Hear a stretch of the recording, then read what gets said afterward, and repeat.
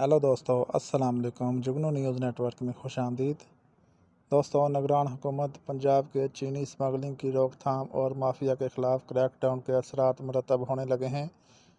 तफसीलात के मुताबिक निगरान हुकूमत की जानिब से अवाम के लिए उठाए गए इक़दाम की बदौलत चीनी की कीमत 192 से कम होकर 140 रुपये फ़ी किलो पर आ गई है।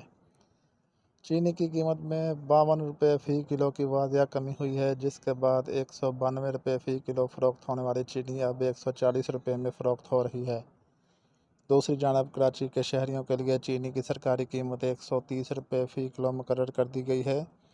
कमिश्नर कराची ने चीनी की कीमत 130 रुपये मुकर्रर कर दी। कमिश्नर कराची की जानिब से होल सेल में चीनी की कीमत 123 रुपये किलो मुकर्रर करने का नोटिफिकेशन जारी कर दिया गया था। दोस्तों, इसके साथ ही वीडियो का एंड हुआ। वीडियो अच्छी लगी हो तो लाइक और चैनल को सब्सक्राइब लाजमी करें ताकि मज़ीद आने वाली वीडियो आपको बर वक्त मौसूल होती रहे। शुक्रिया। अल्लाह हाफिज़।